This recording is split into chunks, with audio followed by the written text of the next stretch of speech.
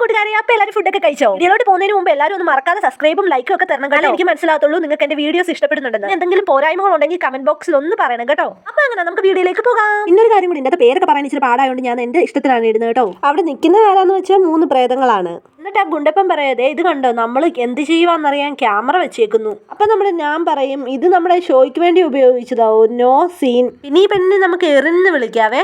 അത് വർക്കിംഗ് ആണ്, ഇപ്പൊ എന്തിനാ അത് ഓൺ ആയിരിക്കുന്നത്? ഓ അത് ശരിയാണല്ലോ. ചീഫ്, നിങ്ങൾക്കൊരു കാര്യം അറിയാം, ഞാൻ നേരത്തെ മരിച്ചില്ലായിരുന്നെങ്കിൽ ശരിക്കും ഇന്ന് മരിക്കേണ്ടതായിരുന്നു. അപ്പോഴാണ് അവിടെ എന്താണ് ശരിക്കും നടന്നതെന്ന് കാണിക്കുന്നത്.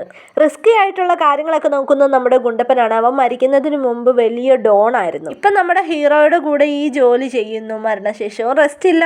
എറിൻ പറയും, ഓ ശരി, അവൻ നമ്മൾ ഗോസ്റ്റാന്ന് പോലും നോക്കാതെ നമ്മളെ ഉപയോഗിക്കുന്നത്. എറിൻ ഇതുപോലത്തെ കാര്യങ്ങളൊക്കെയാണ് നോക്കുന്നത് കേട്ടോ. അമ്പ് വിടുന്ന കാര്യങ്ങളാണെങ്കിലും ഇലക്ട്രിക് പരമായ കാര്യങ്ങളാണെങ്കിലും ഇവളാ നോക്കുന്നത്.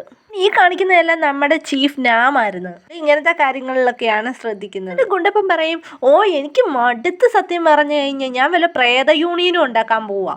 നമ്മുടെ ഹീറോ അങ്ങോട്ട് വരും. ഹീറോയ്ക്ക് എന്ന് പറഞ്ഞു കഴിഞ്ഞാൽ ഒരു കഴിവുണ്ട്, പ്രേതങ്ങളെയൊക്കെ കാണാൻ കഴിയും. പ്രേതങ്ങൾക്കാണെങ്കിലോ ഈ നടക്കാതെ പോയ ആഗ്രഹങ്ങൾ സാധിക്കാൻ വേണ്ടി നിൽക്കുമ്പോഴത്തേനും നമ്മുടെ ഹീറോ ആണ് അവരെ മുതലെടുക്കുവാണ്. പിന്നെ ഹീറോയുടെ കമ്പനിയിൽ ഓരോ സ്റ്റാഫുകളാണ് ഇവർ. പിന്നെ ഗുണ്ടപ്പ, നീ ഒരു യൂണിയൻ തുടങ്ങുന്നത് ഞാൻ കേട്ടു, നിനക്ക് നല്ലൊരു പേര് ഞാൻ തരട്ടെ, നിനക്ക് ഇഷ്ടപ്പെടും. ഗുണ്ടപ്പനാണെങ്കിൽ ഇവരുടെ സംസാരം കേട്ടിട്ട് അവിടെ ഇരിക്കുന്ന സാധനം എടുത്ത് തല്ലാനൊക്കെ ചെല്ലും. ഹീറോ പറയും, ആ മതി മതി, നമുക്കിപ്പോൾ ഇവിടുന്ന് പോകണം. കാരണം എന്താണെന്ന് വെച്ച് കഴിഞ്ഞാൽ നമ്മുടെ ഹീറോ ഈ പ്രേതങ്ങളെ കൊണ്ട് ഈ പരിപാടിയൊക്കെ ചെയ്യുന്നതെന്ന് അറിയിക്കാൻ മാക്സിമം നോക്കുന്നുണ്ട്. അതായത് ഫിംഗർ പ്രിന്റ്, ഫേസ് ലോക്ക്, അങ്ങനെ എല്ലാം വെച്ചേക്കുവാണ്. നിങ്ങൾ ഇങ്ങനെയൊക്കെ നടക്കുമ്പോഴത്തേന് ഹീറോയ്ക്ക് ഒരു കോള് വരും, ഹീറോയുടെ വലിപ്പം മരിച്ചെന്നും പറഞ്ഞുകൊണ്ട്. ഡ്രാമയുടെ തുടക്കം കണ്ടില്ലേ, ആ വലിപ്പം മരിച്ചെന്നാണ് പറയുന്നത്. ഈ സമയം പ്രേതങ്ങൾ ഇത് അറിയുമ്പോഴത്തേക്ക് അവരവർക്ക് ഇവന് ഫാമിലിയൊക്കെ ഉണ്ടോ? ഞാൻ ചോദിക്കും, നമുക്കൊന്ന് പോകണ്ടേ സാർ? അപ്പൊ ഹീറോ പറയാ, നമുക്ക് പോകാം. എന്നിട്ട് അവർ പോകുമ്പോഴത്തേക്കും നമ്മുടെ പെണ്ണ് വന്നിട്ടാണെങ്കിൽ ആ ഹെൽമെറ്റ് അങ്ങ് മാറ്റി എടുത്തുകൊണ്ട് പോകും. എന്നിട്ട് മിൻഹോയുടെ അടുത്ത് ഹെൽമെറ്റ് കൊണ്ട് കൊടുത്തിട്ട് പറയും, ആനിവേഴ്സറി ഒക്കെ അടിച്ചു പൊളിക്ക്, കേക്കൊക്കെ മേടിച്ചു കൊടുക്കാനൊക്കെ പറഞ്ഞു വിടും. എന്നിട്ട് സെക്കൻഡ് ഹീറോയുടെ അച്ഛനാണെങ്കിൽ അവനെ പാർട്ടിയിലോട്ട് വിളിച്ചുകൊണ്ട് പോകും. പുള്ളി വന്നിട്ട് ഡ്രിങ്ക് ഒക്കെ ഓഫർ ചെയ്യുമ്പോൾ എനിക്കൊന്നും വേണ്ട, എനിക്ക് ഡ്രൈവ് ചെയ്യാനുണ്ടെന്ന് പറഞ്ഞ് നമ്മുടെ സെക്കൻഡ് ഹീറോ അങ്ങ് പോകും. അച്ഛനാണെങ്കിൽ എന്തോ അടി കിട്ടിയതുപോലായി പോവും. എന്നാലും സാരമില്ലെന്നും പറഞ്ഞുകൊണ്ട് അവർ ആഘോഷിക്കും അവിടെ ഇരുന്ന്.